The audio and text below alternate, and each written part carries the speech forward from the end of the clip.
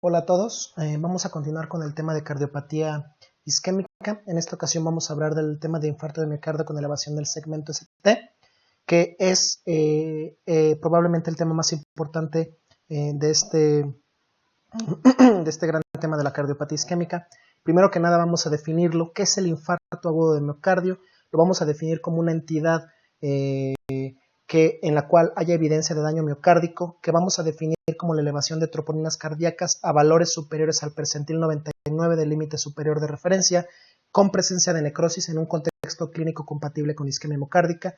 Esto es bastante importante porque para que nosotros hablemos de un infarto de cualquier órgano significa que el riego sanguíneo a ese órgano ha sido disminuido y que han muerto las células que componen al órgano o al tejido del que estamos hablando. En el caso del infarto agudo de miocardio, las células cardíacas son las que mueren y necesitamos una evidencia de que estas células han muerto, y en este caso lo que tenemos es la presencia de biomarcadores de necrosis miocárdica, de los cuales el más sensible y específico y de mayor uso actualmente son las troponinas, de tal manera que yo voy a definir un infarto de miocardio en virtud de las troponinas, pero hay que entender que esto solamente es para propósitos de definición de lo que es un infarto, porque en el contexto clínico, cuando nos llega un paciente con un dolor que sugiere que está infartándose, no voy a esperar a que se presenten las troponinas cardíacas, y de eso es de lo que voy a hablar a continuación, pues ya puedo adelantar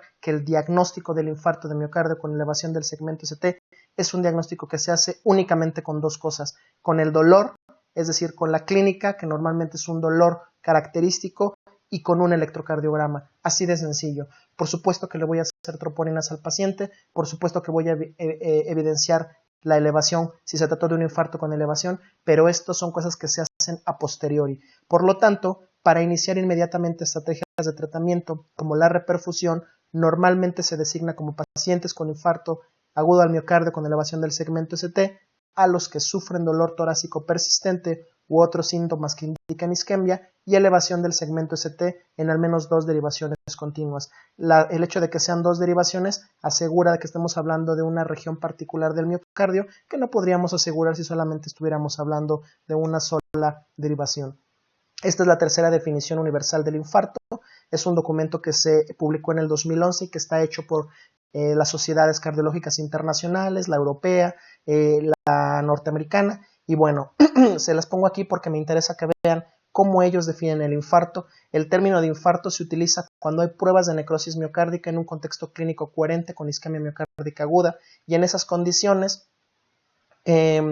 cualquiera de los siguientes criterios cumple el diagnóstico de infarto de miocardio, es decir, que detecto un aumento o descenso de valores de biomarcadores cardíacos, preferiblemente las troponinas, con al menos un valor por encima del percentil 99 del límite de referencia, y al menos uno de los siguientes: síntomas de isquemia, el dolor por supuesto, nuevos o supuestamente nuevos cambios significativos del segmento ST o nuevo bloqueo de rama izquierda. El bloqueo de rama izquierda abigarra, vuelve rara la morfología del complejo QRS y por lo tanto puede enmascarar las alteraciones del segmento ST, por lo tanto lo consideramos como un dato que puede ser equivalente. La aparición de ondas Q patológicas en el electrocardiograma, que ya sabemos que las ondas Q nos hablan de necrosis miocárdica. Pruebas de imágenes de nueva pérdida de miocardio viable o anomalías regionales en el movimiento de la pared, como anomalías en el movimiento vistas por ecocardiograma o anomalías en el movimiento vistas por resonancia magnética. Y de ahí nos vamos a todos los demás posibles definiciones, ya sea muerte cardíaca con síntomas de isquemia o supuestas nuevas alteraciones isquémicas en el electrocardiograma, pero que no pude haberle hecho la determinación de biomarcadores al paciente. Y de ahí vienen las definiciones para relacionar el infarto con el intervencionismo coronario percutáneo, con la colocación de un stent o con la cirugía de revascularización. Lo relevante de todo esto es que en las definiciones actuales de la tercera definición universal del infarto se requiere la elevación de biomarcadores cardíacos, y esto lo digo porque nosotros vamos a ver en la clínica esto a posteriori. No requiero las troponinas, no requiero de los biomarcadores para hacer el diagnóstico ni para empezar mi tratamiento. Al contrario, eso es lo que voy a hacer hasta el final. Ya al final corroboro que se elevaron las troponinas. Solo requiero dos cosas: la clínica y un electrocardiograma. Esta es la clasificación universal del infarto. Hay 5 tipos de infarto de miocardio. Todos requieren la elevación enzimática en términos más o menos generales. Cuando nosotros decimos que el paciente tuvo un infarto de miocardio, casi siempre nos referimos al infarto de miocardio con elevación del segmento ST, y cuando nos referimos a este infarto, la mayor parte de las veces se refiere a este tipo 1, al infarto de miocardio espontáneo, que está causado por la rotura de la placa aterosclerótica, esa de la que ya hablamos en la enfermedad arterial coronaria estable, que puede ulcerarse, fisurarse, erosionarse o diseccionarse, y que va a exponer estas sustancias trombogénicas del núcleo lipídico a la circulación coronaria, y que todas esas sustancias procoagulantes y proagregantes que están en la circulación van a promover que se forme un trombo blando, luego un trombo rojo, y que finalmente termine ocluyéndose la pared del vaso sanguíneo, lo que va a determinar que se cierra la circulación al músculo cardíaco que está adelante. Ese es el infarto tipo 1, el que se debe a la rotura de una placa aterosclerótica.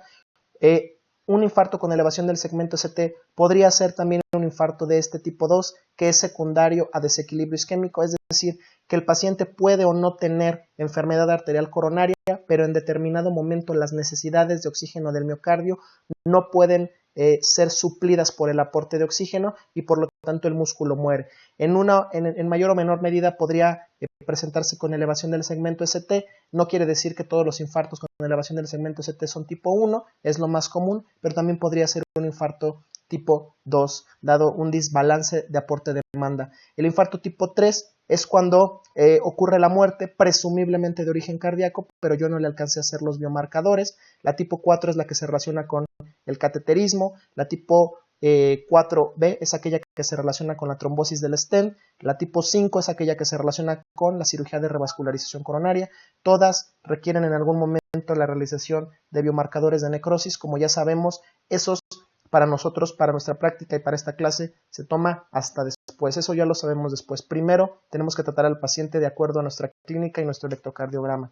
Esto es un cuadro para que ustedes vean cómo vamos a clasificar el síndrome coronario agudo. Síndrome coronario agudo hay con elevación del segmento ST, que es este que está aquí de este lado, y hay sin elevación del segmento ST. El con elevación del segmento ST es el infarto de miocardio con elevación del segmento ST, que es al que nos referimos en este tema, y es al que nos referimos cuando decimos a secas infarto. No obstante esto, el paciente puede tener un cuadro inicial de dolor isquémico, hacérsele un electrocardiograma, no tener elevación del segmento ST, y después a posteriori ver que sí elevó enzimas. Si sí elevó enzimas, ¿qué estaríamos diciendo? Que es un infarto de miocardio sin elevación del segmento ST, o puede tener un dolor isquémico, un electrocardiograma sin esta elevación, y al final no haber elevado enzimas. Eso es lo que nosotros llamamos angina inestable.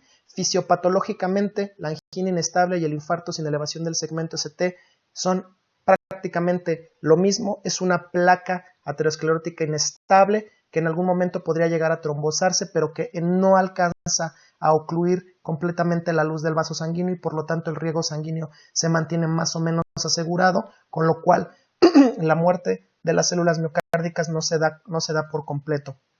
Puede haber una muerte discreta, leve, en cuyo caso se daría un infarto sin elevación, o no haber muerte en absoluto, en cuyo caso lo llamaríamos angina inestable. Estos dos subdivisiones de síndrome coronario agudo sin elevación del segmento ST se tratan exactamente igual, mientras que la elevación del segmento ST determina una conducta terapéutica muy distinta. En cuanto a la etiopatogenia, aquí nada más les pongo un ejemplo del infarto tipo 1, que es aquel que se debe a la rotura de la placa aterosclerótica, que va a determinar la formación de un trombo y un coágulo que va a ocluir la luz completamente, y 3 ejemplos de infarto tipo 2 que ya les mencioné, que se debe a desbalance entre el aporte y la demanda de oxígeno, que puede ocurrir en estos 3 escenarios principalmente, ya sea que el paciente ya tenía enfermedad arterial coronaria y sobre esa enfermedad arterial coronaria sufrió un aumento de la demanda que no pudo ser suplido y por lo tanto el músculo se infartó, o que la arteria coronaria estaba completamente limpia, pero tuvo un vasoespasmo de tal intensidad y de suficiente duración como para que el músculo cardíaco sufriera su muerte. Lo más raro sería que sin que hubiera ni enfermedad arterial coronaria preexistente ni un vasoespasmo importante, que las demandas y los aportes de oxígeno tengan tal desbalance que alcancen a ocasionar que el músculo cardíaco muera. Esto sería relativamente raro, pero bueno, puede ocurrir. En este otro esquema les voy a mostrar una forma más de clasificar, es algo más parecido a lo que puse en las diapositivas anteriores, pero aquí lo hago con la intención de que vean cómo la presencia de un electrocardiograma sin elevación del segmento ST puede tener o biomarcadores negativos, en cuyo caso es una angina inestable, o biomarcadores positivos, en cuyo caso es un infarto sin elevación del segmento ST, o podemos tener una elevación del segmento ST que determina la presencia de un infarto con elevación del segmento ST de tipo 1. Antes clasificaban a los infartos como con ondas Q o sin ondas Q.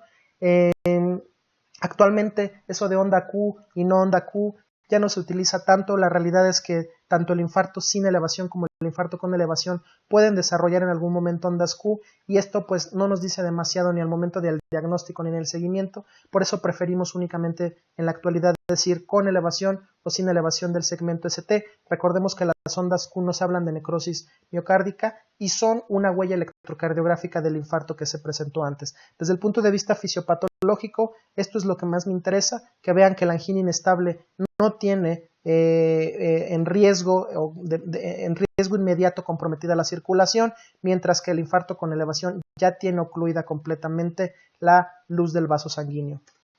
Ahora bien, ya sabemos nosotros, ya les mencioné en la clase de enfermedad arterial coronaria, cómo la anatomía coronaria determina que determinada arteria le dé irrigación a una determinada porción de la pared miocárdica, y por lo tanto, si se ocluye una arteria en particular, una porción de músculo diferente va a morir en cada caso.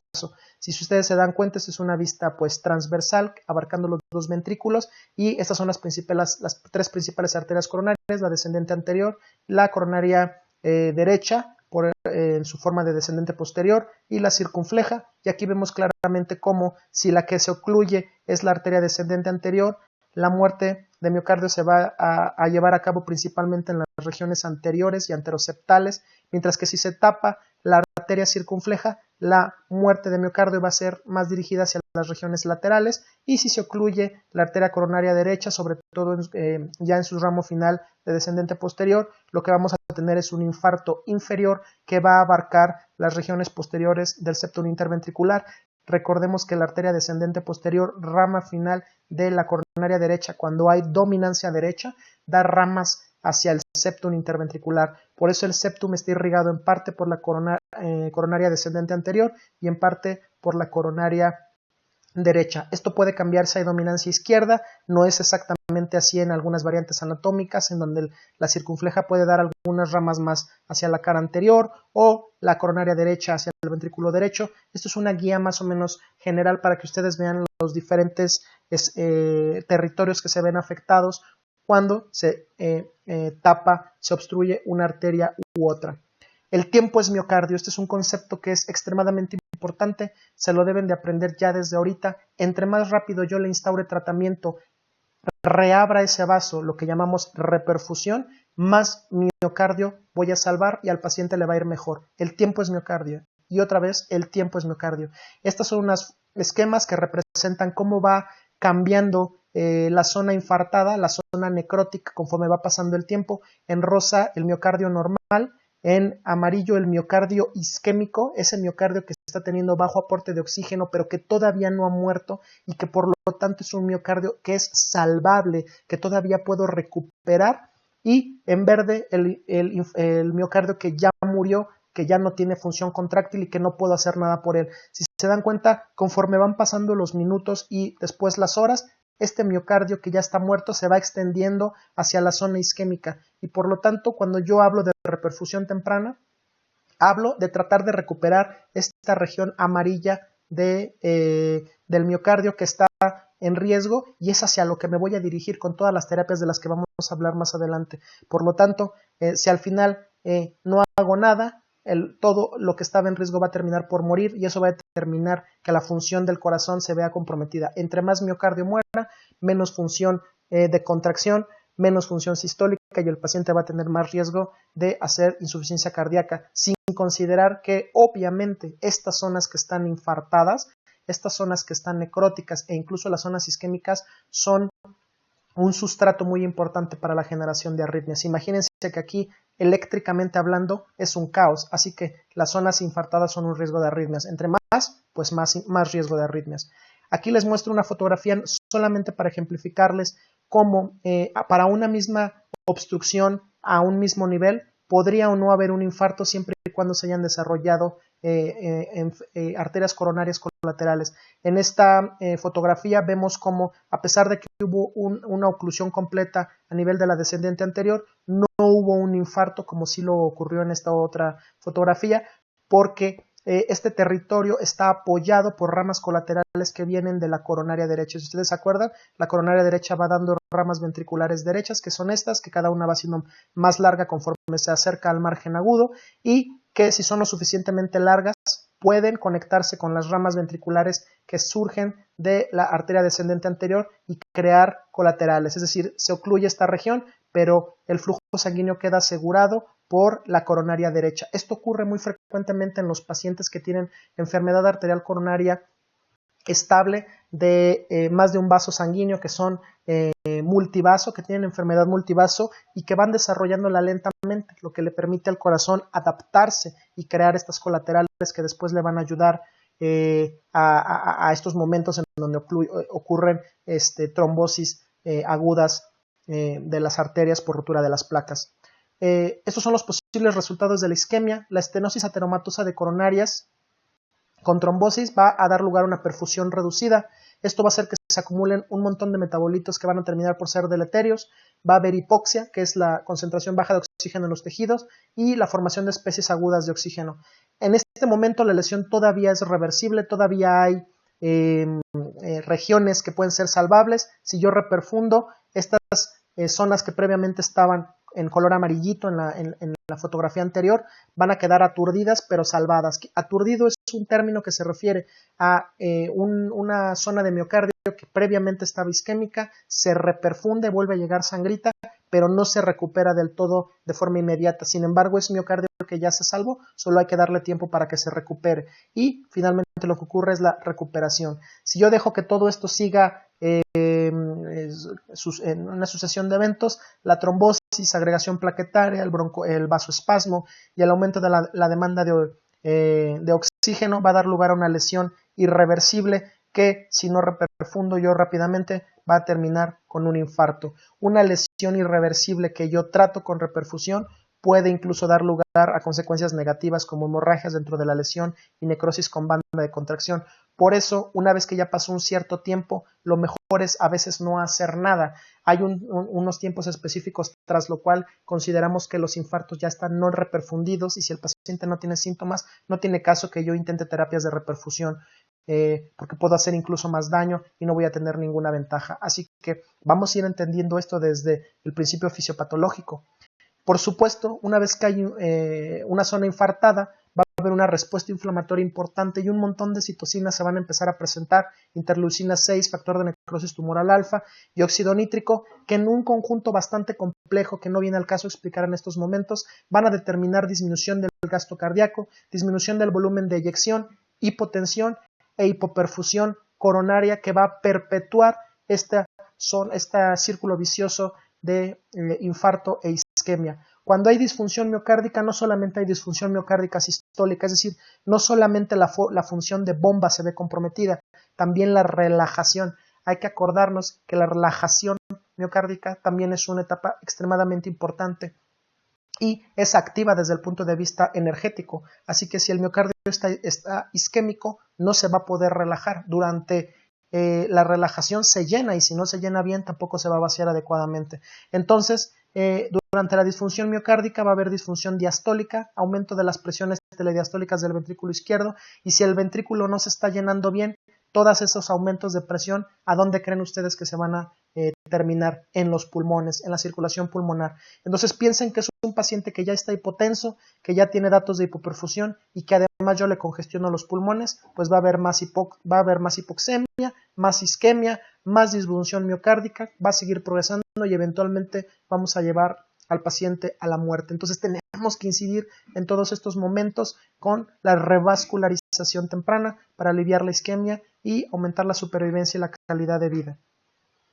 Este es un ejemplo, esta es una fotografía, un esquema para que vean cuáles son las curvas de inicio, pico y duración máxima de los biomarcadores de necrosis miocárdica. Aquí alcanzamos a ver, yo les pongo del lado derecho específicamente dos, las troponinas, la T y la I, y la CK con isoforma MB, que si ustedes ya han leído un poco sabrán que son los biomarcadores por excelencia para diagnosticar la necrosis miocárdica. La troponina es la más sensible y específica por sobre la CKMB, por sobre la CKMB, sin embargo es más cara, no está disponible en todos los hospitales, entonces la mayor parte de las veces tenemos que echar mano pues de lo que tenemos. Si se dan cuenta ustedes, las troponinas tienen un inicio de elevación a las 6 a las 8 horas, un pico a las 24 a 48 horas y duran hasta 14 días elevadas, mientras que la CKMB tiene un pico más temprano, dura un poco menos y también su duración máxima es de menos tiempo.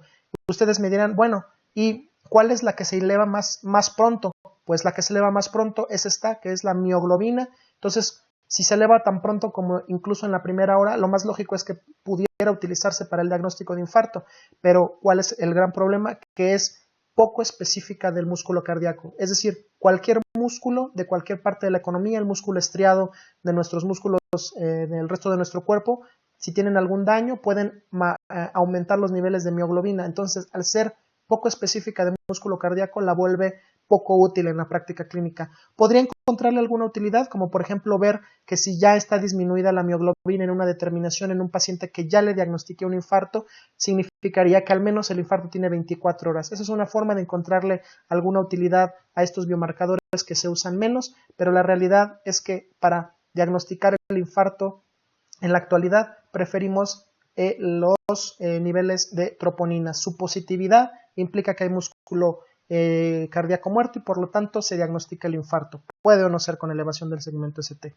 En esta otra diapositiva vamos a empezar a hablar sobre las manifestaciones clínicas. Primero que nada hay que recordar, el síntoma primordial es el dolor torácico. El dolor torácico del infarto con elevación del segmento ST es un dolor que comparte características con la angina estable, pero es más intenso y de mayor duración. Recuerden que la angina estable normalmente tiene una duración de menos de 10 minutos y cede con el reposo y al quitar el estímulo que la causó. El dolor del infarto no se quita con el reposo, dura más de 10 minutos y es muy intenso. ¿Qué otra característica relevante tiene? Que, como todo el dolor anginoso, tiende no a ser manifestado como dolor propiamente dicho. El paciente lo refiere como una opresión, como una pesadez, como un disconfort torácico en la región retroesternal y normalmente utiliza el signo de Levin para caracterizarlo. Este es el signo de Levin, es la colocación de la mano empuñada en el centro del tórax y que hace referencia a esta sensación difusa de dolor. Las irradiaciones van a ser las irradiaciones ya típicas, lo que puede hacer que el paciente se esté tocando el brazo izquierdo o tenga la mano extendida a todo lo largo del pecho. ¿Qué otra cosa puede acompañar al dolor torácico?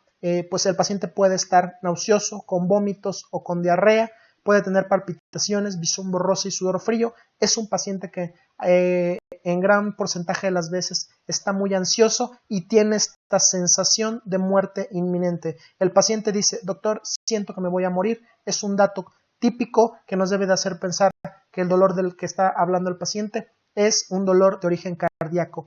Ahora bien, a veces el dolor torácico del infarto puede tener pródromos, puede tener algunas molestias más o menos inespecíficas o puede ser la culminación final de una angina inestable. Una angina inestable, al final de cuentas, puede culminar en un infarto con elevación del segmento ST y eso desde luego tiene todo el sentido fisiopatológico. Los diagnósticos diferenciales, pongo estos 4 como los más importantes porque pueden dar dolores lo bastante intensos como para que nos hagan sospechar que se trata de un infarto. La pericarditis aguda normalmente tiene un dolor más centrado en la región torácica media, no tiene casi nunca irradiaciones a las extremidades ni a la mandíbula y tiene un carácter pleurítico.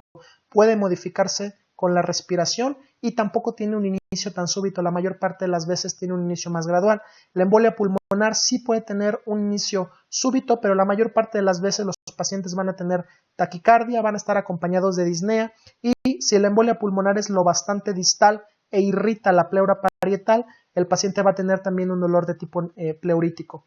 pongo la disección aórtica como muy relevante. La disección aórtica contraindicaría todos los medicamentos anticoagulantes y antiagregantes y fibrinolíticos que utilizamos en el infarto, y por eso es tan importante sospecharla. Hay cosas que nos hacen sospechar una disección aórtica.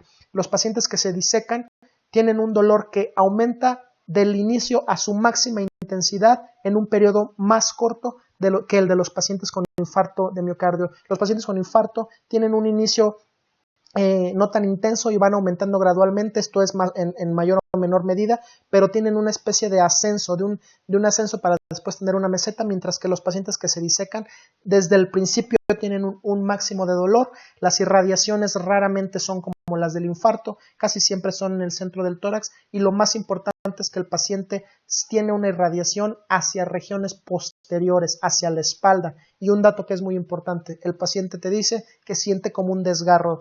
Dice, doctor, siento que algo se me ha desgarrado, que me estoy desgarrando por dentro. Eso es un dato muy clásico, muy importante para sospechar disección aórtica. Y la costocondritis, ¿no? Es muy común que los pacientes lleguen en el área de urgencias creyendo que tienen un dolor de infarto, cuando lo único que tienen es un dolor de este tipo, es musculoesquelético o costocondral, y lo podemos diferenciar porque el paciente es capaz de definir un punto específico del dolor. Cuando el paciente puede señalar con un dedo dónde le duele, es raro que se trate de infarto o de disección aórtica, porque estos síntomas son más difusos. ¿Hay signos físicos que sean patognomónicos? ¿Hay alguno que sea muy sugestivo aparte del dolor? La realidad es que no. Los pacientes pueden tener diferentes, mayor o menor frecuencia cardíaca, mayor o menor presión arterial, alteraciones del pulso venoso yugular, alteraciones del pulso carotidio o frotes, dependiendo del estado hemodinámico particular que tenga. Si el infarto es muy extenso y el paciente ya tiene choque cardiogénico, lo más probable es que esté taquicárdico, hipotenso. Si tiene una extensión al ventrículo derecho, puede que tenga aumento de las presiones venosas centrales, y si tiene algún nivel de pericarditis asociada, puede tener algún frote. La realidad es que esto únicamente va a estar determinado por la situación del paciente. Muchos de ellos tienen frecuencia cardíaca normal y están normotensos, pero eso no significa que no estén infartados. Entonces hay que considerar el resto de la exploración física como signos que nos van a hablar más bien del estado global del paciente que como dirigidos a hacer el diagnóstico de infarto con elevación del segmento ST.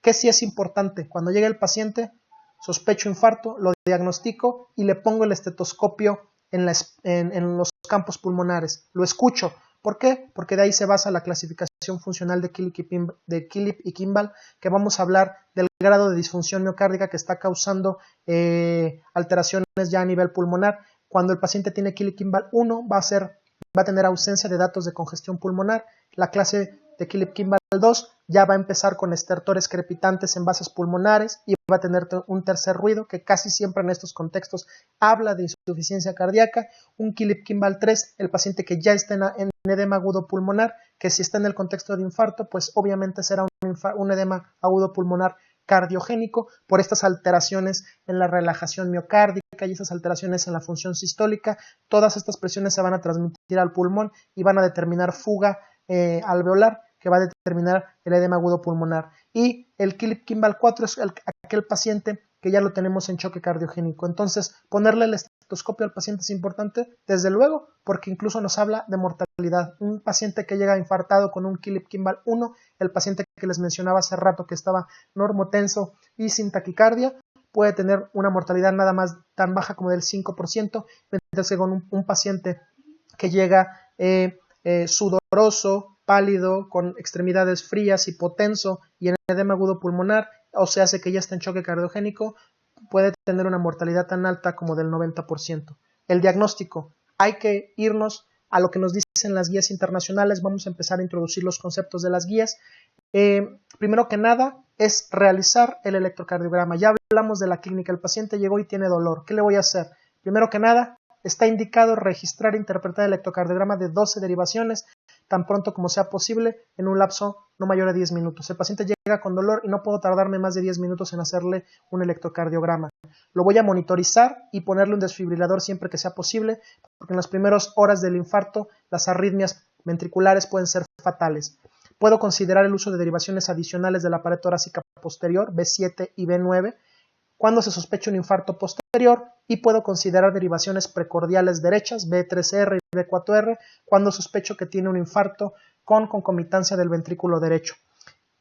Por supuesto, le voy a tomar una muestra de sangre para una bioquímica sanguínea elemental, así como para solicitar los biomarcadores de necrosis miocárdica, que otra vez, a riesgo de ser redundante, no se necesitan para iniciar el tratamiento. El electrocardiograma tiene 3 signos clásicos. La isquemia la definimos por alteraciones en la onda T. Normalmente la onda T isquémica es una onda T simétrica y profunda si está invertida, o alta y picuda si está positiva. La lesión está definida por la elevación del segmento ST y básicamente es en la que nos basamos para hacer el diagnóstico, en la lesión miocárdica, y la necrosis se va a dar por las ondas Q, que son ondas Q profundas que se ven aquí como están ejemplificados. Obviamente esto va a ser un continuum de sucesos en el cual primero va a haber isquemia, luego lesión y finalmente necrosis, y nosotros podemos cambiar la progresión de esto dependiendo del tratamiento que nosotros le demos al paciente. ¿Cuáles van a ser los criterios electrocardiográficos? La realidad es que con que yo vea una elevación en 2 o más derivaciones más un dolor torácico sugestivo de isquemia, para mí es más que suficiente, pero siempre hay que hacerle caso a los consensos internacionales. Decimos que en el paciente que tiene elevación del segmento ST y no tiene bloqueo de rama izquierda, y lo vuelvo a repetir porque el bloqueo de rama izquierda cambia la morfología del complejo QRS y hace muy difícil identificar los cambios isquémicos. Entonces, en el paciente que no tiene bloqueo de rama izquierda, voy a buscar estos puntos de corte. Más de 0.1 milivolts, que es 1 milímetro en todas las derivaciones. Me estoy hablando de elevación del segmento ST, excepto en B2 y en B3. Y para B2 y B3 voy a utilizar los puntos de corte que aquí se muestran. Más de 0.2 milivolts en hombres mayores de 40 años, más de 0.25 milivolts en mujeres de menos de 40 años y más de 0.15 milivolts en mujeres en términos generales. Ahora bien, ¿yo puedo localizar el infarto mediante el electrocardiograma? Por supuesto que sí. Y de hecho, puedo incluso tratar de definir con mayor o menor certeza cuál es la arteria que está causando el infarto. Eso es algo de las bondades del electrocardiograma. Por supuesto, las sensibilidades y las especificidades van a variar, pero estamos hablando de un estudio que se hace en 10 minutos y que se interpreta en incluso menos tiempo. ¿Cómo voy a definir qué región ventricular es la que está afectada? Bueno, pues viendo todas las derivaciones y basándonos en este esquema. Lo que tenemos que hacer es ver electrocardiogramas, ver otro, y luego ver otro, y luego ver otro, y tratar de practicar para que esto se nos quede. La realidad es que no es nada difícil. Un infarto va a ser septal cuando esté elevado el segmento ST en B1, B2 y B3. Va a ser anterior cuando la elevación del segmento ST vaya de B1 a B4. Va a ser anterolateral cuando vaya de B1 hasta B6, es decir, todas las precordiales. Va a ser anterolateral extenso o anterior extenso, lo pueden encontrar dependiendo de dónde lo lean de una u otra forma. Cuando compartimos lo que se ve en el infarto anterolateral y aparte se agrega 1 y ABL. Va a ser únicamente lateral alto con 1 y ABL, lateral bajo con B5 y B6, y el infarto inferior, que casi siempre es causado, pero no necesariamente por la coronaria derecha, va a causar elevación del segmento S3, del segmento ST en 2, 3 y ABF. Esto es muy importante de entender. Quien localiza el infarto es la elevación del segmento ST. Ni las alteraciones de la onda T, ni las alteraciones en la onda, ni la presencia de ondas Q pueden localizar el infarto, únicamente la elevación del segmento ST. Ahora bien, hay una temporalidad para los cambios que se presentan desde el punto de vista isquémico y se los muestro en esta diapositiva. Si se dan cuenta ustedes, las alteraciones que ocurren van dándose de minutos a horas, luego a semanas, y lo primero que vamos a encontrar en el paciente en los primeros minutos a hora es la elevación del segmento ST y el inicio de la aparición de ondas Q. Aunque aquí no lo dice, en las etapas muy tempranas del infarto, la onda T se puede hacer hiperaguda. Cuando nosotros decimos, esta es una T hiperaguda, nos referimos a una T que está alta, picuda y simétrica, y casi siempre en el contexto de una elevación del segmento ST va a estar tan pegada al propio segmento ST que no se va a distinguir. Pero bueno, lo primero que vamos a encontrar en minutos y horas es la elevación del segmento ST. En las primeras 24 horas la onda T se invierte, aunque el ST se mantiene elevado, la onda T ya está invertida, mantiene esta simetría si nosotros ponemos atención, a las 2 semanas el ST ya se normalizó y aproximadamente al mes ya se normalizó la onda T. Es decir, ya hay una T otra vez positiva y uno diría, entonces, ¿cómo sé que tuvo un infarto el paciente? Porque aunque se normalice el segmento ST y se normalice la onda T, va a quedar esta huella de que hubo un infarto. La cicatriz electrocardiográfica del infarto es la onda Q. Cuando el complejo QRS no tiene ondas R y no tiene ondas S, solamente todo es negativo, todo es Q, esto se le llama QS. QS significa que no hay ninguna región todavía activable en esa región cardíaca, todo es necrosis, todo es cicatriz, nada se estimula eléctricamente. Aquí pongo un recordatorio, la T invertida en el contexto del SICA, del síndrome isquémico coronario agudo, se presenta en 3 escenarios, en la ventana eléctrica, en el infarto reciente, como lo vemos acá, como se ve en la evolución natural, o como una evidencia de reperfusión. Pudiera ser que yo tuviera elevación del segmento ST, aplico terapia de reperfusión y la inversión temprana de esta onda T más pronto de las 24 horas, estaría hablando de que estoy haciendo las cosas bien, de que el paciente podría recuperarse. Aquí vemos una vez más la evolución electrocardiográfica. Este es un electrocardiograma normal, un complejo QRS, una onda T positiva, y después lo que ocurre en los primeros minutos del infarto con elevación del segmento ST, el ST se eleva en esta forma ascendente, puede ser horizontal, normalmente es ascendente con concavidad hacia arriba, y aquí metida y oculta como tapada una onda T que ya está alta y seguramente si la pudiéramos separar estaría simétrica y picuda. En las siguientes horas vamos a ver nada más la profundización de estos cambios y el inicio de la aparición de la onda Q. La onda Q no aparece en la mayor parte de las veces en los primeros minutos, pero ya se empieza a presentar en las primeras horas. Posteriormente, durante las primeras 24 horas se va a profundizar esta onda Q se va a hacer cada vez más relevante y más conforme más haya sido la extensión del infarto, el segmento ST se mantiene elevado y invertimos ya la onda T. Ya estamos hablando de las primeras 24 horas y se dan cuenta esta onda T tiene características isquémicas que otra vez les repito se refieren a la simetría y a la profundidad si es negativa o a la altura si es positiva. Después en las primeras 2 semanas ya las alteraciones del segmento ST revierten, el segmento ST regresa a la línea de base o casi, y aproximadamente a un mes también la onda T regresa a la normalidad. Únicamente otra vez nos queda la huella electrocardiográfica del infarto, que es esta onda Q patológica, ¿no? Las ondas Q que son muy pequeñitas no son patológicas, cuando ya tienen suficiente profundidad o ocupan suficiente porcentaje del complejo QRS, las consideramos patológicas.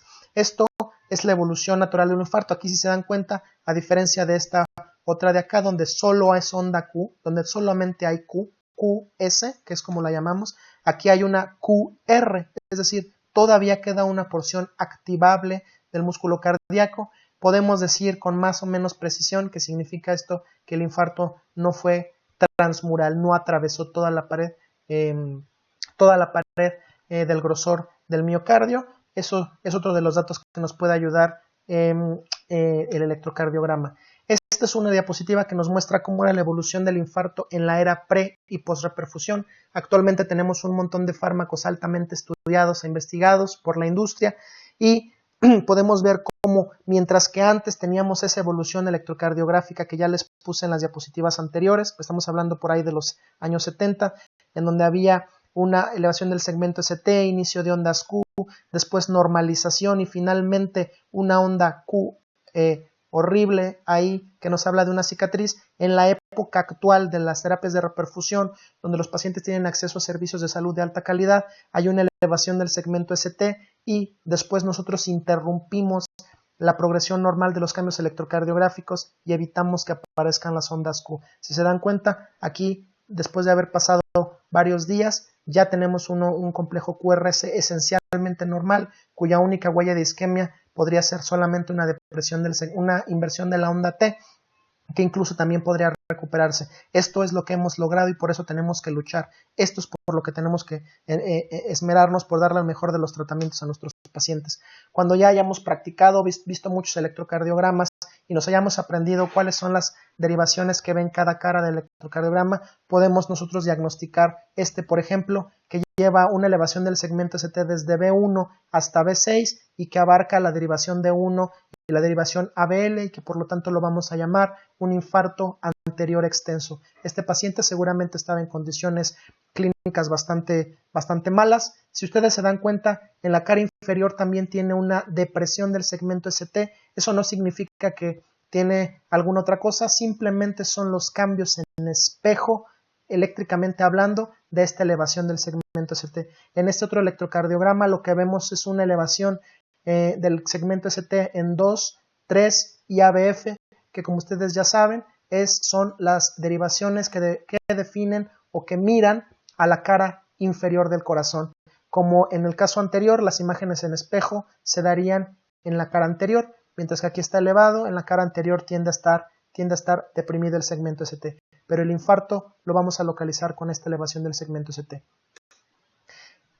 Por supuesto, podemos hacer incluso más que eso. Probablemente sale de los objetivos de esta plática hablarles de la localización de la arteria responsable del infarto, pero es importante que ustedes sepan que si nos pusiéramos más finos con el electrocardiograma podríamos obtener criterios con los cuales decidir si un infarto inferior, por ejemplo, es efectivamente de coronaria derecha, como casi siempre es, o es un infarto cuya arteria responsable es la circunfleja. La coronaria derecha va a ser la responsable a un nivel proximal cuando la derivación D3 tenga una elevación del segmento ST más alta que la derivación en D2, cuando en D1 y ABL tengan una depresión del segmento ST y haya una elevación de ST en B1 y una elevación del ST en B4R. Esto nos estaría hablando de que está involucrado el ventrículo derecho y que por lo tanto probablemente es una coronaria derecha que se tapó muy pronto después de su emergencia. Es un paciente que está relativamente en más malas condiciones. Una coronaria derecha distal, otra vez D3 más que D2, D1 y ABL con depresión y B4R isoeléctrico con una T positiva. Y finalmente una circunfleja con un D2 mayor que D3, es decir, con una elevación del segmento ST más alta en D2 que en D3, y todas estas otras criterios electrocardiográficos se los pongo para que ustedes vean hasta dónde podríamos llegar con el electrocardiograma si nos pusiéramos más acuciosos. Por supuesto, también hay criterios para el infarto posterior y esto también podría utilizarse en un contexto mucho más preciso para tratar de afinar nuestra práctica clínica. La realidad es que con que entiendan las primeras derivaciones que señalan cada una de las caras, de momento me parece que es más que suficiente. Ahora bien, en cuanto a las presentaciones electrocardiográficas atípicas, vamos a tener a los bloqueos de rama. Actualmente, un paciente que llega al servicio de urgencias con dolor sugestivo de infarto y tiene en el electrocardiograma un bloqueo de rama izquierda o un bloqueo de rama derecha, ambos bloqueos los vamos a considerar ya como un equivalente de elevación del segmento ST y tenemos que actuar en consecuencia, es decir, pasar al paciente al tratamiento inicial y luego rápidamente al tratamiento de reperfusión. Pero siempre es bueno tener estos criterios electrocardiográficos para saber si ese bloqueo de rama izquierda me está enmascarando una elevación del segmento ST o un comportamiento isquémico. Entonces, cuando hay bloqueos de rama, criterios que se pueden emplear para mejorar la precisión diagnóstica en el infarto con la elevación concordante del segmento ST más de 1 milímetro en derivaciones con complejo QRS positivo. Esto de concordante significa que la elevación del segmento ST vaya en la misma dirección que la onda T. Si el segmento ST está elevado, la onda T tendría que ser positiva para hablar de concordancia. Y la depresión concordante del segmento ST de más de 1 milímetro en B1 y B3 y la elevación discordante del segmento ST, pero más de 5 milímetros en derivaciones con complejo QRS negativo. En el caso de que el paciente tenga marcapasos, pasa algo parecido. El marcapasos crea alteraciones electrocardiográficas que nos ocultan o que nos enmascaran las características isquémicas, y el paciente que tiene un infarto posterior podríamos estar solamente viendo las alteraciones recíprocas en la cara anterior. ¿Cuáles serían estas alteraciones recíprocas? Que el paciente tenga depresión aislada del segmento ST de más de 0.5 milímetros en las derivaciones B1 y B3, que son las que están directamente pues digamos en espejo o del lado opuesto de la región posterior, y elevación del segmento ST de más de 0.5 milímetros en las derivaciones de la pared torácica posterior. Por supuesto, si voy y le pongo derivaciones en la región posterior, pues ahí voy a encontrar una elevación del segmento ST. Para lo que sigue, vamos a hablar de las recomendaciones que nos dan las guías internacionales, en este caso las guías para diagnóstico y tratamiento del infarto con elevación del segmento ST de la Sociedad Europea de Cardiología. Y como vamos a ver un poco sobre las recomendaciones, me gustaría que estuviéramos hablando el mismo idioma cuando nos referimos a las clases y a los niveles de evidencia. Siempre que se da una recomendación, se da un grado de recomendación y un nivel de evidencia. Cuando decimos que hay una clase 1, significa que hay suficiente evidencia o un acuerdo general de todos de que un determinado procedimiento es benéfico para el paciente. Cuando tenemos una clase 2 es que hay datos o evidencia conflictiva. Puede haber una clase 2A cuando el peso de la evidencia está más a favor que en contra, o una clase 2B cuando todavía está un poco más en duda y la evidencia más bien está dada por la opinión de la mayoría. Cuando tenemos clase 1 deberíamos de llevar a cabo esa conducta. Cuando tenemos un 2A deberíamos considerarla, y cuando estamos en un B podríamos recomendarla. Si se dan cuenta, ese cambio en la palabra lo es todo. Se debe considerar y se puede recomendar. Desde luego, entre más para abajo nos vamos, significa que la evidencia es más pobre y que es una conducta que no deberíamos de seguir. La clase 3 significa que hay evidencia o acuerdo general de que una conducta es dañina y por lo tanto no se recomienda. Y los niveles de evidencia para cada una de estas clases van del A, B y C. El nivel de evidencia A dice que cualquier grado de recomendación está apoyado por múltiples ensayos clínicos aleatorizados o metaanálisis. Nosotros debemos entender que desde el punto de vista estadístico y para la aplicación clínica de conductas, los estudios que tienen más poder estadístico son los ensayos clínicos aleatorizados y doble ciego. Muchas veces un solo ensayo clínico puede cambiar conductas si está bien hecho, mientras que múltiples ensayos no aleatorizados podrían no ser suficientes para cambiar una conducta. El nivel de evidencia B es cuando solamente tenemos un solo ensayo clínico o son estudios de menor potencia, no aleatorizados, pero son varios que parecen dirigir la evidencia hacia una cierta conducta. Y el nivel de evidencia C es cuando no hay ensayos importantes, solamente es la opinión de expertos. No debería de despreciarse este grado de recomendación. Hay gente que ha trabajado mucho tiempo en ciertos escenarios clínicos y a veces la opinión de esos expertos puede ser la única ayuda que tengamos en ciertos momentos de nuestra práctica clínica habitual. Puede ser que sean estudios retrospectivos o únicamente registros, significa que el grado de evidencia es pobre. Para el tratamiento inicial, ¿qué es lo que vamos a hacer? El paciente llega con nosotros al área de urgencias, tiene dolor precordial de características típicas anginosas, le hago un electrocardiograma y tiene infarto con elevación del segmento ST. Vamos a manejar la hipoxia. Solamente está indicado dar oxígeno al paciente cuando la saturación arterial sea menor del 90% o gasométricamente evidencia una presión parcial de oxígeno menos de 60 milímetros de mercurio. Antes se decía que se diera oxígeno si bajaba la saturación a menos de 95%. Eso ya se ha demostrado que no solamente no es beneficioso, sino que puede ser deleterio, y todos estamos de acuerdo en que debe de hacerse así, aunque el nivel de recomendación es más bien de opinión de expertos. No se recomienda administrar sistemáticamente oxígeno si el paciente tiene una saturación más del 90%, y en cuanto a los síntomas, simplemente por carácter humanitario deberíamos de quitarle el dolor a todos los pacientes. No hay una justificación para tener con dolor a ningún paciente en el área de urgencia, sobre todo porque el dolor o la opresión precordial fue lo que lo hizo acudir en primer lugar a recibir atención médica. ¿Qué es lo que tenemos que utilizar? Se recomiendan bastante los opiáceos intravenosos como la morfina, y si el paciente está considerablemente ansioso, debería de administrarle un tranquilizante suave como una benzodiazepina.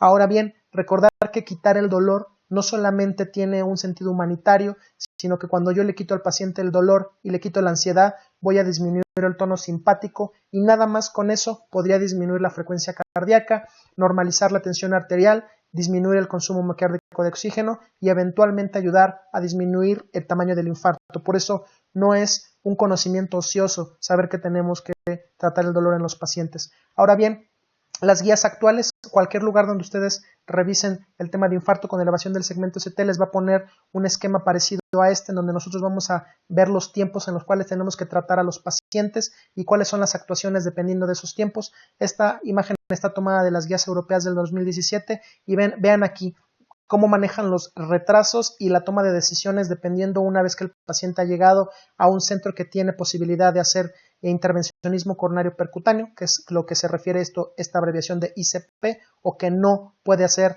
el intervencionismo coronario percutáneo. El paciente tiene dolor, entonces va a tener un retraso en la atención que va a ser responsabilidad únicamente del paciente. Hay que recordar que hasta la mitad de los pacientes que se infartan mueren en el lugar del infarto y ya no alcanzan a llegar al hospital. Por lo tanto, tenemos que considerar a los pacientes que nos llegan a los servicios de urgencia como ya unos supervivientes y debemos de tratarlos como tales, con toda el poder de la evidencia científica que tenemos y nuestras habilidades después de lo que hemos aprendido. Cuando el paciente llega, después de este retraso, llega a un centro hospitalario y tiene un primer contacto médico, ya sea porque llega a un centro hospitalario o porque llega a tener contacto con un profesional que es capaz de llevar a cabo el diagnóstico, entonces pueden pasar una de dos cosas. Si el lugar del primer contacto médico es capaz de realizar un intervencionismo coronario percutáneo, tiene que hacérsele un electrocardiograma en los primeros 10 minutos. Eso es lo que nos debe tomar hacer un electrocardiograma. Debe hacérsele un electrocardiograma en estos tiempos y después, dado que es un centro con capacidad de cateterismo primario, en menos de una hora el paciente ya debe de estar pasando en sala y ya debe de estársele pasando la guía. ¿A qué me refiero con la guía? Bueno, cuando se les hace cateterismo a los pacientes, se les aborda por una arteria radial o por una arteria femoral, se meten catéteres por estas arterias y luego se pasan guías. Las guías terminan en las arterias coronarias después de procesos técnicos que no vienen al caso en esta plática, y una vez que la guía pasa la lesión trombótica y se restablece el flujo coronario, en ese momento decimos que ya empieza la reperfusión. Entonces, un paciente que llega a un centro hospitalario con capacidad para cateterismo, para intervencionismo coronario percutáneo primario, debe de tener un electrocardiograma en 10 minutos y debe de pasar a cateterismo en menos de una hora. El segundo escenario es aquel paciente que llega a un centro que no tiene capacidad para hacer cateterismos, igualmente se le va a hacer un electrocardiograma en 10 minutos y se va a tomar una de dos conductas. Primero que nada vamos a ver, podemos mandar al paciente a un lugar en donde sí le hagan un cateterismo y esto nos va a tomar menos de 2 horas, entonces sí, entonces lo mandamos a ese lugar en donde le pueden hacer el cateterismo y una vez que ha llegado ahí no debe de tomar un tiempo final de menos de 90 minutos en pasar la guía. O la otra opción es que tras hacernos la pregunta, ¿puedo mandarlo a un lugar donde haya cateterismo en menos de 2 horas? Y la respuesta es no. Quiere decir que el centro más cercano está a más de 2 horas, más de 120 minutos, entonces no lo pienso más y procedo con la fibrinólisis. De que le hice el electrocardiograma, que me tomé 10 minutos y tomé la decisión de hacerle fibrinólisis, no deben haber pasado más que otros 10 minutos. Es decir, de que llegó el paciente a que yo ya le estoy dando el bolo de fibrinolítico, tuvieron que haber pasado 20 minutos. Todos estos son indicadores de calidad en la atención de la salud. La otra alternativa es que el paciente haya llegado a una ambulancia o a un otro tipo de contacto médico, no necesariamente en una clínica, ahí se le haya hecho el electrocardiograma y bueno, vamos a proceder prácticamente igual en cuanto a los tiempos. Todo el retraso que viene después del primer contacto médico ya es responsabilidad del sistema, pero a final de cuentas se suma al retraso del paciente y es el tiempo total de isquemia. ¿Cómo vamos a disminuir el retraso del paciente? Educándolo. ¿Cómo vamos a disminuir el retraso en el sistema? Mejorando nuestros equipos de respuesta en los hospitales y mejorando nuestra práctica personal. Tratamiento de reperfusión, entramos a las opciones terapéuticas importantes. Primero que nada les voy a dejar en claro algunos conceptos. ¿Qué es PCM? Que estaba en las diapositivas anteriores, primer contacto médico. Lo definimos como la primera evaluación del paciente realizada por un médico, personal paramédico u otro personal de urgencias que pueda tomar e interpretar un electrocardiograma. El diagnóstico del infarto con elevación requiere un electrocardiograma y síntomas compatibles, no más. No necesito troponinas, no necesito CKMB, únicamente el diagnóstico es clínico y electrocardiográfico. ¿Qué es una ICP primaria? Intervencionismo coronario percutáneo primario. ¿A qué se refiere esto de primario? A el cateterismo emergente con balón, stent u otro dispositivo realizado en la arteria responsable del infarto sin tratamiento fibrinolítico o trombolítico previo. Es decir, es la primera estrategia de actuación para lograr la reperfusión. No hay trombólisis previa. La estrategia de intervencionismo coronario percutáneo es la coronariografía con intervencionismo en la arteria responsable del infarto, si es que está indicado. ¿Qué es un intervencionismo coronario percutáneo de rescate? Aquel que se realiza cuando falló la trombolisis. ¿Qué es una estrategia sistemática de intervencionismo coronario percutáneo precoz? Cuando le hice a un paciente fibrinólisis, esta fue exitosa y después le tengo que hacer un cateterismo. Para irnos más precisos, el paciente que fue trombolizado, que se le hizo fibrinólisis, no importa que haya sido exitosa o no, debe de ser llevado a un cateterismo posteriormente, de urgencia si fue fallida o ya con más tranquilidad entre las 2 y las 24 horas si fue esta exitosa. La estrategia farmacoinvasiva hace referencia a esto, a la fibrinólisis, a la trombólisis que está combinada con el cateterismo de rescate si la fibrinólisis fue fallida, o a una estrategia sistemática de cateterismo precoz en caso de que la fibrinólisis haya sido eficaz. Otra vez, repito, ya con más tranquilidad, fuera del contexto de la urgencia. Aquí nos vamos a ir hacia abajo, diagnóstico de infarto con elevación del segmento ST desde el punto de vista electrocardiográfico. Tengo tiempo para hacer cateterismo primario, me voy a tardar más de 120 minutos, entonces le doy fibrinólisis al paciente. En menos de 10 minutos de que tomé la decisión, ya le estoy pasando el bolo de fibrinolítico y lo voy a empezar a trasladar de ser posible a un centro donde se le pueda hacer un cateterismo y entre 2 y 24 horas después tengo tiempo para hacerle un cateterismo ya de forma más o menos programada si es que la trombólisis fue exitosa o si no se cumplieron los criterios de reperfusión, proceder a un cateterismo de rescate que tiene que llevarse a cabo a menos de 2 horas de que el paciente fue diagnosticado con el infarto.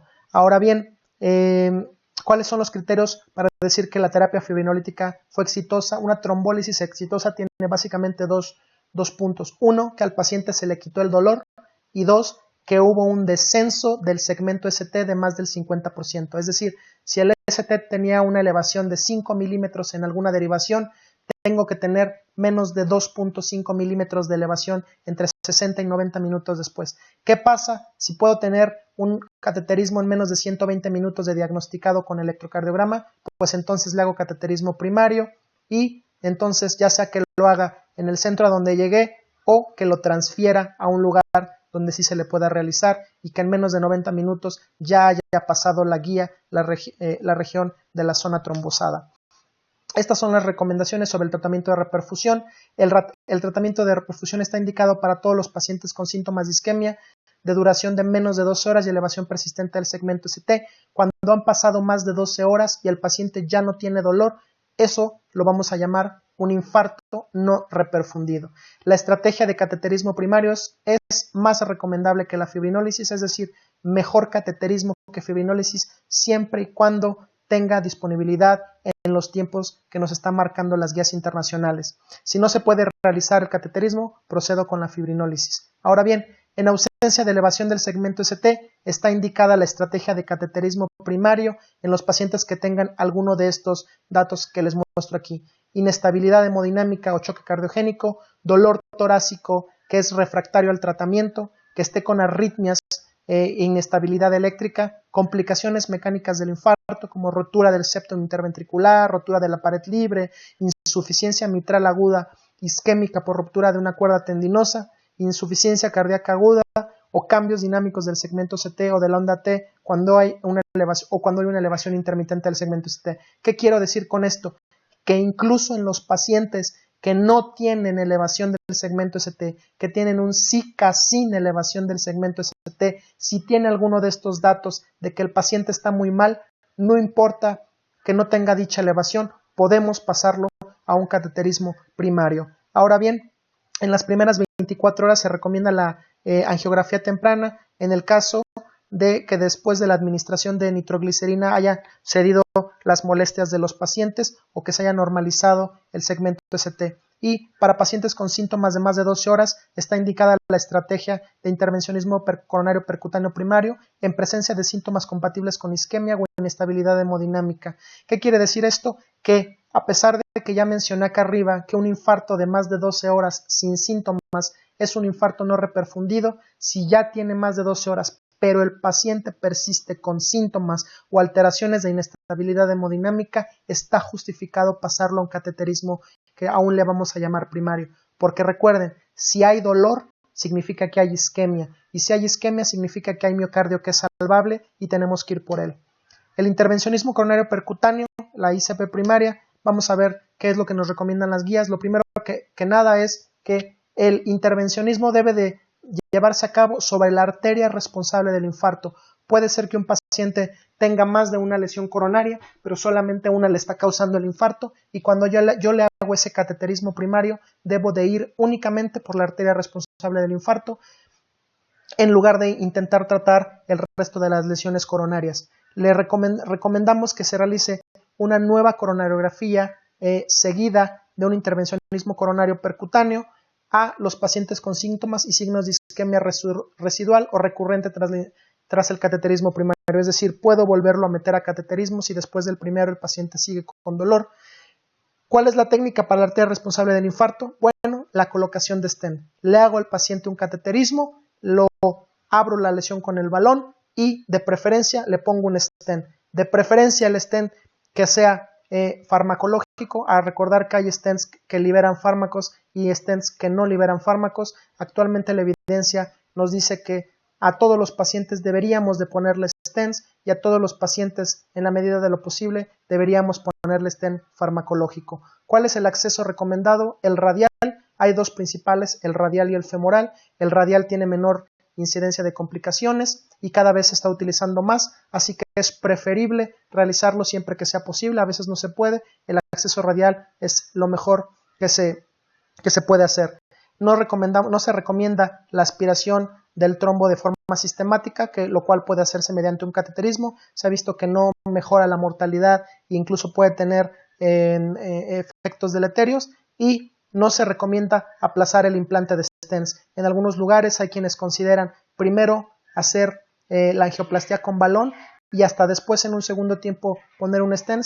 La evidencia dice que esto no es lo más correcto, debería de ponerse el stent en la arteria responsable del infarto desde el principio. Ahora bien, si ya dijimos que se trata la arteria responsable del infarto y las otras arterias no responsables del infarto no deberían de tratarse en el cateterismo primario, también es cierto que aunque no se tratan en ese primer cateterismo, sí deberían de tratarse antes de que el paciente se vaya de alta. Es decir, ya con un nuevo cateterismo ya programado, ya con el paciente estabilizado, ahora sí lo meto antes de que se vaya a su casa a un segundo procedimiento para tratar las lesiones pendientes que sean susceptibles de este tratamiento. Ahora bien, en el contexto agudo, cuando el paciente está infartado y lo paso a cateterismo primario, debería yo tratarle las lesiones no responsables del infarto.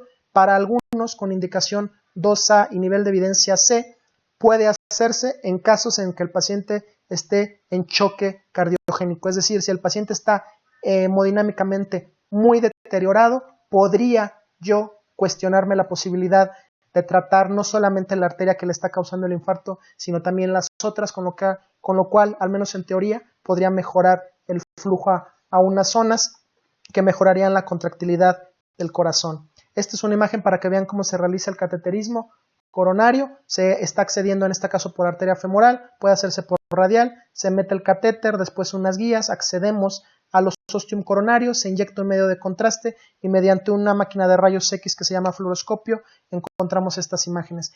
Esta es un esquema de la angioplastia primaria.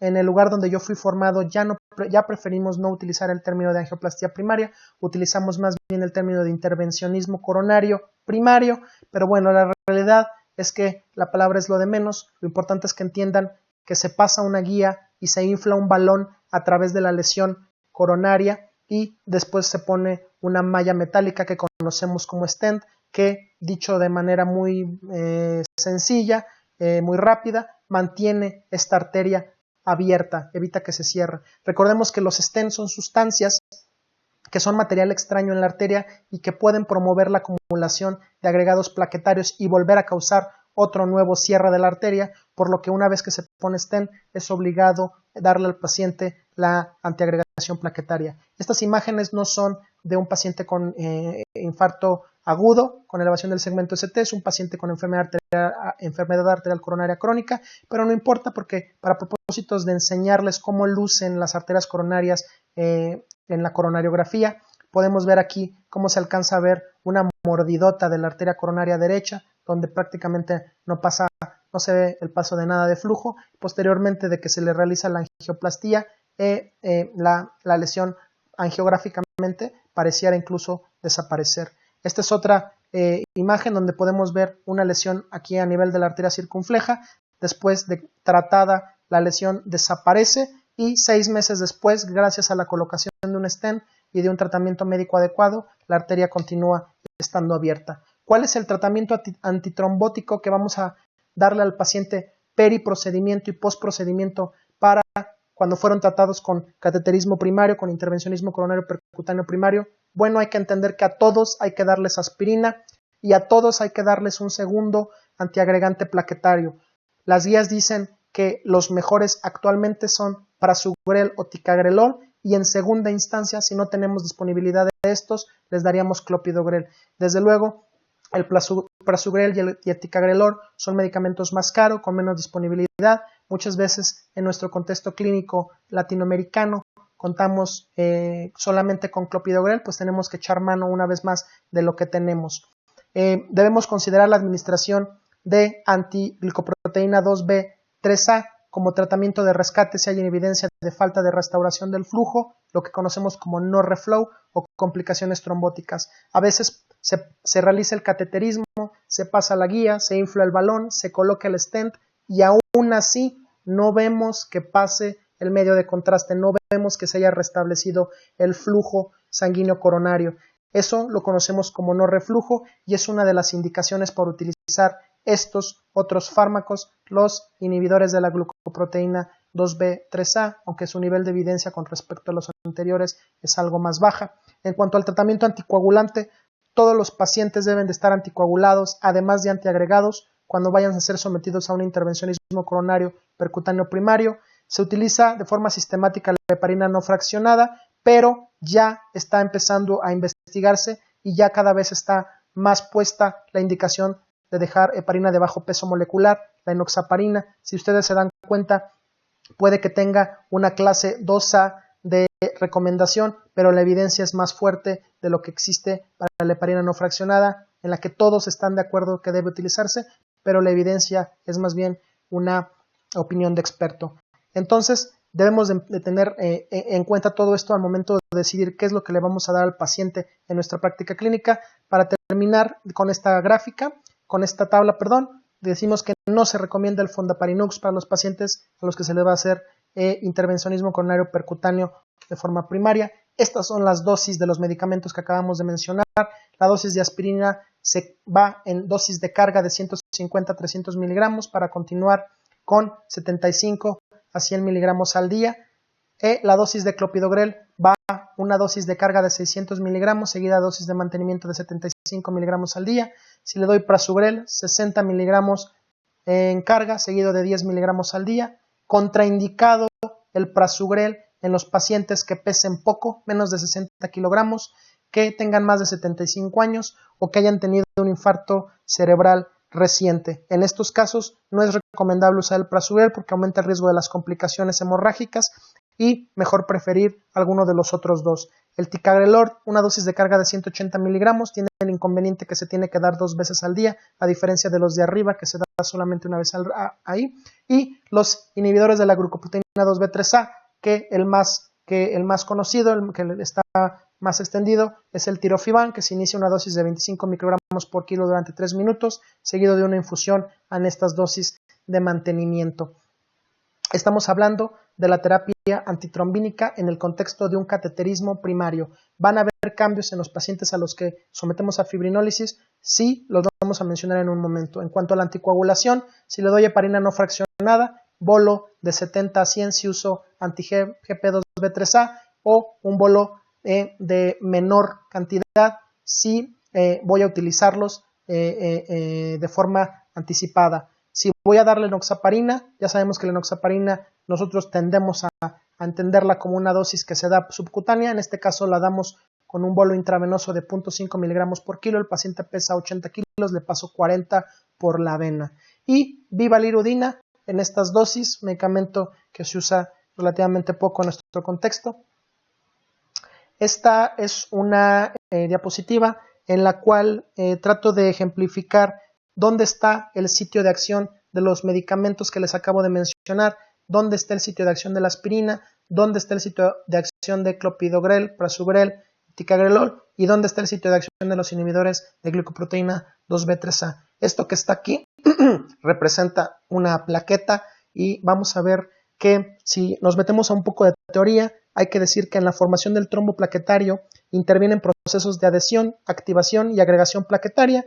Cuando se produce el daño endotelial, comienza la adhesión de las plaquetas circulantes a ligandos de la pared vascular dañada, como el colágeno expuesto, la vitronectina, el factor de von Willebrand, y esta adhesión va seguida de la activación plaquetaria. Esta activación plaquetaria se va a llevar a cabo por múltiples mecanismos que involucran a varios agonistas que incluyen al colágeno, la trombina, el ADP, el tromboxano A2, serotonina y un montón más que no viene al caso mencionarlos, muchos de los cuales se encuentran en concentraciones elevadas en el sitio de la lesión vascular. Como consecuencia de la activación se produce la degranulación plaquetaria, con lo que libera más ADP, más tromboxano y se genera trombina a partir de la protrombina circulante. Todo esto aumenta el grado de activación plaquetaria y recluta mayor número de plaquetas a la escena del trombo. La actividad plaquetaria induce un cambio conformacional en la plaqueta que conlleva la exposición y la activación de los receptores de glucoproteína 2B3A almacenados en el interior de la plaqueta hacia su superficie y una vez activado el receptor, este que les acabo de mencionar, se une al fibrinógeno que es su ligando primario, las plaquetas se agregan y forman un verdadero trombo. La conversión del fibrinógeno en fibrina por parte de la trombina estabilizará finalmente el trombo. Estamos hablando que primero es un trombo blando y después un trombo ya estabilizado por la conversión de fibrinógeno en fibrina y su acumulación en el sitio de la lesión. La unión del fibrinógeno al receptor 2B3A es el único mediador de la agregación plaquetaria y es independiente de otros mecanismos de activación plaquetaria. Por lo tanto, a la unión del fibrinógeno al receptor 2B3A se le ha llamado la vía final común de la formación del trombo plaquetario. Ahora, para que nosotros podamos dilucidar, o sea, como que desenmarañar todo esto que les acabo de decir, hay que ver que estos receptores 2B3A que van a ligar al fibrinógeno y van a hacer que se pegue otra plaqueta con esta, va a ser inhibido esa acción por los inhibidores de la glucoproteína 2B3A. Ahí van a ser donde van a actuar estos medicamentos, van a evitar que una plaqueta se agregue con otra, eso ya es un efecto antiplaquetario inicial. Este otro de las tienopiridinas, clopidogrel y prasugrel y del ticagrelol va a ser a partir de la inhibición del receptor P2Y12, cuyo ligando principal es el ADP y que va a estar involucrado en los mecanismos intraplaquetarios de activación. Por otro lado, la síntesis del tromboxano A2 está mediada por la ciclooxigenasa a partir del ácido araquidónico y ahí es donde va a incidir la aspirina inhibiendo a esa ciclooxigenasa. Entonces, como pueden ver, esos son los sitios en los que actúan estos diferentes medicamentos antitrombínicos que a final de cuentas van a tener un efecto antiplaquetario. Hay que recordar que lo primero que ocurre es la agregación plaquetaria desde el punto de vista fisiopatológico. Si entendemos que después llega a la acción de la fibrina y se forma un coágulo, también entenderemos por qué los anticoagulantes también tienen su posición predominante en estos pacientes. En esta otra fotografía la puse porque me gusta cómo se ve aquí una plaqueta con otra plaqueta ligados a través de sus receptores 2B3A con un puente de fibrinógeno cuyo mecanismo está inhibido por el tirofibano, es decir, por los antagonistas del receptor 2B3A, como la transformación de ácido araquidónico a tromboxano A2 por medio de la ciclooxigenasa está inhibida por aspirina, y como el receptor P2Y12, cuyo ligando es el ADP, está bloqueado por clopidogrel, prasugrel o ticagrelor. Pasando a la fibrinólisis, hay que recordar que su máximo beneficio es en las primeras 2 horas, igual que la fibrinólisis, que la trombólisis en caso de infarto cerebral. La fibrinólisis para fines cardiovasculares tiene su mayor beneficio entre más pronto se haga, pero la podemos hacer hasta en las primeras 12 horas de inicio de los síntomas, si el intervencionismo coronario percutáneo no va a estar disponible en los siguientes 120 minutos. Aquí me faltó un 0, disculpen ustedes, posteriores al diagnóstico, como ya lo mencionamos en las guías. ¿Qué hay sobre las recomendaciones en el tratamiento fibrinolítico? Pues bueno, cuando la fibrinólisis vaya a ser la estrategia de reperfusión, vamos a iniciar lo antes posible tras el diagnóstico e incluso en la ambulancia si es posible en el contexto prehospitalario. Se recomienda la administración de un fármaco específico de la fibrina, en este caso los activadores recombinantes del plasminógeno, que son la tenecteplasa, la alteplasa y la reteplasa, por sobre los no específicos de la fibrina como la streptokinasa, pero hay que recordar que pues cuando no tenemos que echar mano de lo que sí tenemos. Entonces hay que conocer lo nuevo, hay que conocer lo que está indicado, pero también saber qué hacer cuando no lo tengamos.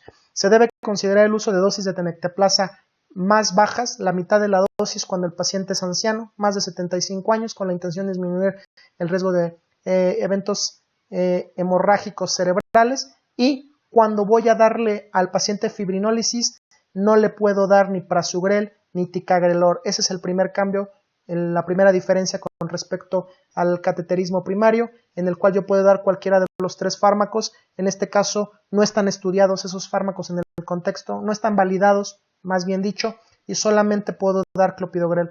Una vez que pasó la etapa aguda, ya podría involucrar alguno de esos medicamentos, pero en la etapa aguda únicamente clopidogrel. Y ya les voy adelantando, a diferencia que en el intervencionismo coronario percutáneo primario, que tiene una dosis de carga de clopidogrel de 600, en el caso de que el paciente va a entrar a trombólisis, le doy solamente la mitad, solamente le doy 300 miligramos de clopidogrel.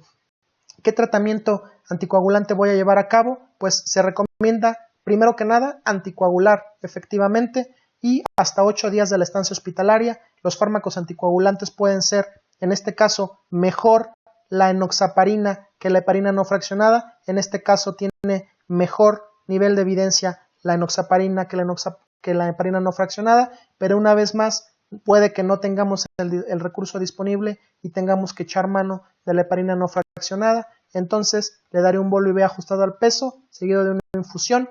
Y para los pacientes que están tratados con streptokinasa, puedo dar un bolo intravenoso de fondaparinux, seguido de una dosis subcutánea cada 24 horas. Después de la fibrinólisis, todos los pacientes deben de ser llevados a un centro con capacidad de intervencionismo coronario percutáneo después de la administración del fármaco. Ya les había comentado que eso es independiente de que el paciente haya tenido una fibrinólisis exitosa o no. Todos deben de ser llevados a cateterismo posteriormente, y si está indicado, si procede o no, realizar el intervencionismo coronario percutáneo. Se recomienda la angiografía y el intervencionismo coronario percutáneo de la arteria responsable del infarto si procede de 2 a 24 horas después de la fibrinólisis. Es lo que les decía, ya con más tranquilidad le hago este tipo de estrategia fármacoinvasiva. En el caso de que haya sido un fracaso la fibrinólisis, aquí les pongo el concepto de fracaso, una resolución menor del 50% o no resolución, o que no se le quita el dolor al paciente, el paciente debe de pasar a un cateterismo de rescate. Todos tienen excelente nivel de evidencia desde este punto de vista. Ahora bien, vamos a hablar un poco de los fibrinolíticos. ¿Cuál es el mecanismo de acción de los mismos? Es muy sencillo. Nosotros en nuestro sistema de coagulación normal tiene acoplado un sistema fibrinolítico que sabiamente nuestro cuerpo tiene para evitar que cuando nosotros nos lesionamos y se empieza a formar un coágulo, este coágulo se extienda hasta regiones que pueden comprometer la circulación o ser deleterios en otras zonas del cuerpo aledañas. Entonces, acoplado a la cascada de coagulación también está un sistema fibrinolítico, el cual depende principalmente de esta sustancia llamada activador del plasminógeno tisular, el cual va a convertir el plasminógeno circulante al plasmina, y la plasmina se va a encargar de escindir a la fibrina y producir productos de degradación de la fibrina, deshacer la fibrina para todos los conceptos prácticos. ¿Cómo van a actuar los fibrinolíticos específicos de la fibrina? Los más importantes que ya les mencioné, alteplasa, reteplasa y tenecteplasa. Bueno, pues van a ser unos activadores del plasminógeno tisular recombinantes, es decir, van a ser homólogos a este activador natural, pero van a estar creados con tecnología de ADN recombinante. Estos tres difieren en el mecanismo, en el inicio de acción, en la duración y en algunas otras características que los hacen distintivos, pero en términos generales todos son activadores del plasminógeno tisular recombinante y por lo tanto actúan aumentando la producción de plasmina y por lo tanto aumentando la degradación de fibrina. Los que tenemos disponibles, la streptokinasa se da a una dosis de 1.5 millones de unidades en 30 a 60 minutos, la alteplasa un bolo IV de 15 miligramos y después una infusión para 60 minutos de 0.5 miligramos por kilo. Si el paciente hasta 35 miligramos o de 0.75 miligramos por kilo en 30 minutos hasta 50 miligramos. Me paso hasta la tenecteplasa, que es la que normalmente tenemos disponible, y esta se va a dar en un bolo dependiendo del peso del paciente. Si el paciente pesa menos de 60, le daré 30 miligramos. Si el paciente pesa más de 90 kilos, le daré 50 miligramos. Y finalmente, entender otra vez que el tratamiento antiagregante tiene que darse, pero no le puedo dar ni ticagrelor ni prasugrel a este paciente que acabo de trombolizar. Solamente puedo darle clopidogrel y se lo doy a la mitad de la carga. La aspirina se da prácticamente igual que en el caso del cateterismo primario, y en pacientes mayores de 75 años la dosis de carga de 75 miligramos seguida de una dosis de mantenimiento de 75 miligramos se prefiere por sobre la dosis de 300 miligramos de clopidogrel. Cuando voy a dar anticoagulante, estas son las dosis. Pacientes menores de 75 años, un bolo IV de 30 miligramos seguido 15 minutos más tarde de 1 miligramo por kilo, y si el paciente tiene más de 70 años, no le administro bolo y bajo la dosis de 1 miligramo por kilo a 0.75. Cuando voy a usar heparina no fraccionada, la doy a estas dosis. Importante entender que hay una dosis máxima cuando se trata de fibrinólisis de 4.000 unidades para el bolo, y que voy a tener un objetivo de TTP de 50 a 70 segundos. Esto es importante porque lo tenemos muy presente muy frecuentemente en nuestra práctica clínica habitual. ¿Cuáles son las contraindicaciones de la fibrinólisis? No son contraindicaciones misteriosas, no son cosas difíciles de entender, no son cosas difíciles de aprenderse, porque la mayor parte de todas ellas son cosas muy lógicas, muy de sentido común. Hay que aprenderse las absolutas. Si el paciente sangró del cráneo, no le voy a pasar fibrinolítico. Si el paciente tiene una malformación arteriovenosa, no le voy a dar fibrinolítico. Si tiene un tumor cerebral, si sospecho disección aórtica, si está sangrando en ese momento, si tuvo un traumatismo craneal, si tiene hipertensión grave que no esté controlada, no le puedo dar fibrinolítico.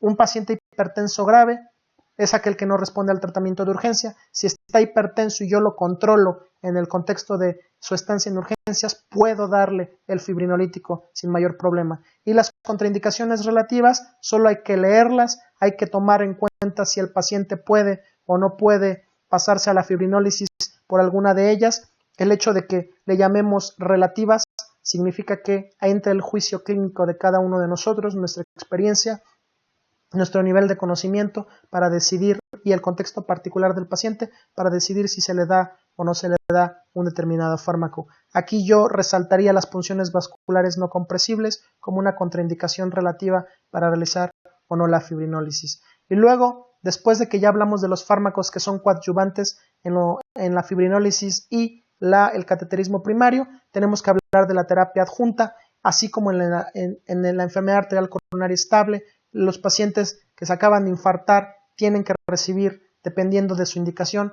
estos 4 grupos de medicamentos.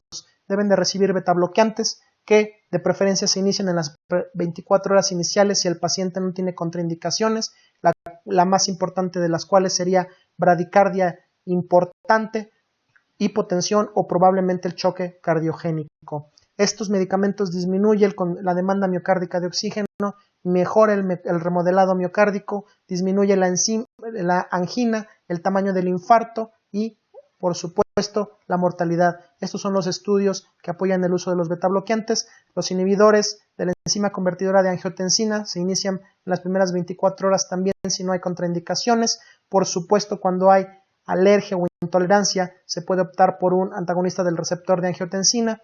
Estos medicamentos reducen la poscarga, el remodelado miocárdico y tienen beneficio a largo plazo bien establecido, igual que los betabloqueantes para los pacientes que quedan con insuficiencia cardíaca. Estos son los estudios que avalan el uso de estos. Aquí quiero resaltar el uso de los inhibidores de la neprilicina en asociación con un antagonista del receptor de angiotensina, los que conocemos como ARNIs en las nuevas clasificaciones y cuyo fármaco actualmente único que tenemos es el sacubitrilo valsartán.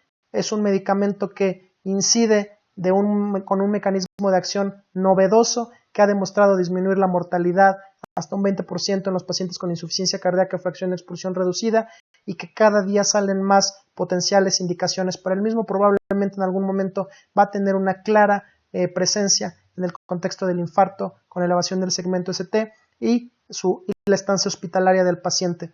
Los antagonistas del receptor de la aldosterona, los antialdosterónicos, como la espironolactona, preferiblemente en los pacientes con falla cardíaca, porque va a mejorar el remodelado miocárdico y puede reducir la mortalidad por todas las causas y la rehospitalización. Estos son los estudios que apoyan su uso y la terapia hipolipemiante se va a iniciar con una estatina de alta intensidad. No habíamos mencionado a las estatinas hasta el momento. Las guías internacionales no las comentan en el contexto inmediato del infarto, como si lo hacen con la antiagregación y la anticoagulación, pero en muchos lugares la estatina se le da al paciente en el momento en el que llega y se diagnostica el infarto, junto con su aspirina, junto con su clopidogrel, junto con su morfina y junto con su anticoagulación, también se le da la estatina. La realidad es que las guías la mencionan como darla, como iniciarla tan pronto sea posible. Podría hacerse incluso después. Lo cierto es que entre más pronto sea, mejor. Reduce la mortalidad y los eventos cardiovasculares subsecuentes y puede reducir las readmisiones. Estos son los estudios que apoyan el uso de estos medicamentos. Y entonces, en resumen, me llega un paciente con infarto, con elevación del segmento ST, ¿qué le voy a dar? Entonces pongo esto en grandote. Independientemente de la terapia de reperfusión, debemos darle a todos aspirina, a todos un segundo antiagregante. Si va a entrar a fibrinólisis, solo clopidogrel. Si va a entrar a cateterismo primario, cualquiera de los tres que ya mencionamos. Una heparina, que puede ser no fraccionada o de bajo peso molecular. Involucro aquí la estatina para que nos quede claro que entre más pronto mejor, y lo necesario para que al paciente se le quite el dolor, darle su morfina, darle su benzodiazepina para quitarle la ansiedad, y todo esto va a mejorar el pronóstico y la mortalidad final del paciente. El paciente puede tener arritmias en las primeras horas, así que lo vamos a vigilar 24 horas en la unidad coronaria, y una vez que se traslada a piso, es razonable tenerlo hasta 2 días monitorizado. Es la forma más rápida de diagnosticar una arritmia y tratarla oportunamente. El tratamiento a largo plazo luego del infarto incluye vigilar la adherencia al tratamiento, los factores modificables, la pérdida de peso, el ejercicio, y hay amplios estudios que han demostrado que los programas de rehabilitación mejoran los síntomas, aumentan la tolerancia al ejercicio e incluso mejoran la mortalidad. Es importante, y recalco, la adherencia al tratamiento. Uno creería que un paciente que se infartó, que vivió la experiencia, algunos de ellos quizá de fallecer, cambiarían su estilo de vida, pero la realidad es que muchos no. Entonces, ¿qué tenemos que hacer? Educar a los pacientes. Esto es el tratamiento antitrombótico de mantenimiento después del infarto. Lo vamos a resumir diciendo que a los pacientes se le tiene que dar una dosis de antiagregante, una dosis de aspirina de 75 a 100 miligramos. Está recomendado dar una doble antiagregación hasta 12 meses después. El paciente con alto riesgo de hemorragia gastrointestinal puede dársele un omeprazol o uno parecido. Y para los pacientes que están indicados a anticoagularse vía oral, por ejemplo, aquellos que además de que se infartó tiene una válvula cardíaca o tiene fibrilación auricular, puedo hacer la combinación con anticoagulantes orales. De aquí me paso hasta acá abajo donde dice que en el contexto del infarto con elevación del ST y que se le implantó un stent y el paciente requiere anticoagulación oral, puedo darle las tres cosas, la triple terapia, doble antiagregación y el anticoagulante en un periodo que vaya de los 1 a los 6 meses, tratando de balancear el riesgo de complicaciones con el riesgo hemorrágico. ¿De acuerdo? Y finalmente, para pacientes con riesgo isquémico alto que han tolerado la doble antiagregación sin complicación hemorrágica, podría considerarse el tratamiento con ticagrelol que se extienda hasta incluso 3 años. Entonces, estas guías aquí están, no hay que aprendérselas al dedillo, hay que aprender lo más importante, ver las clases de indicación y los niveles de evidencia y tratar de utilizarlas para tener una práctica clínica más adecuada. En cuanto a los betabloqueantes, lo que ya les había comentado, mejor en los pacientes con fracción de expulsión reducida, debe considerarse en los pacientes que se van a someter a intervencionismo coronario percutáneo, siempre que no tengan contraindicaciones y que tengan una presión sistólica más de 120, es decir, que no estén hipotensos los pacientes. El tratamiento hipolipemiante, tan pronto como sea posible, no dice si antes o después, pero tan pronto como sea posible, yo se lo daría antes, y el objetivo a posteriori es tener una LDL menor de 70 miligramos por decilitro. Los niveles de LDL no importan para iniciar la estatina, porque las estatinas tienen efectos que van más allá de su disminución de los niveles de lípidos. Los YECA y los ARA, comenzando en las primeras 24 horas del infarto, sobre todo en los pacientes con insuficiencia cardíaca, y debe considerarse administrar un YECA a todos siempre que no haya contraindicaciones. Cuando no están disponibles, podemos utilizar los ARA, de preferencia valsartán, que es el que más se ha estudiado en este contexto, y los antagonistas de los receptores de mineralocorticoides, como la eplerenona y la espironolactona, también están indicados sobre todo con fracciones de expulsión bajas. Eso sería todo por mi parte de este tema de infarto con elevación del segmento ST. Espero haber despertado el gusto por la cardiopatía isquémica, haberles infundido algo de conocimiento y que esto mejore la práctica clínica de sus vidas futuras, no solamente utilizar el conocimiento para una prueba, sino para que seamos mejores médicos todos. Muchas gracias.